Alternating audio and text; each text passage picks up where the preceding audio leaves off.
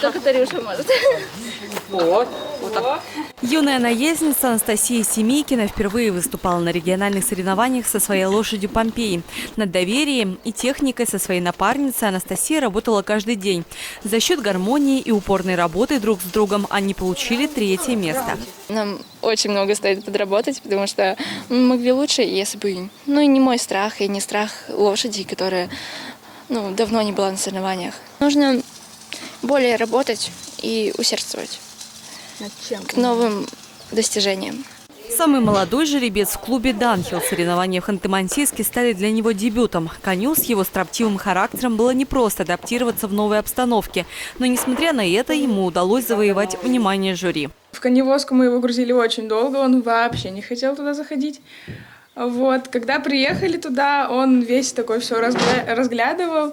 Ему было все интересно, все новое. Вот.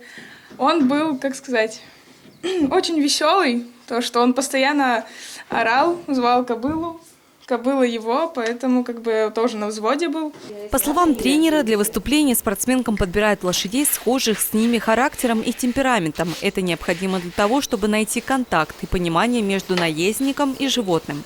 Самое главное – это как раз подготовка лошади, которая длится месяцы и годы. А само выступление – это только как вершина айсберга, только макушка. Это вот 5 минут и все. И к этим 5 минутам мы готовились, в данном случае целый год. То есть Настя с Плюшей, она работала целый год.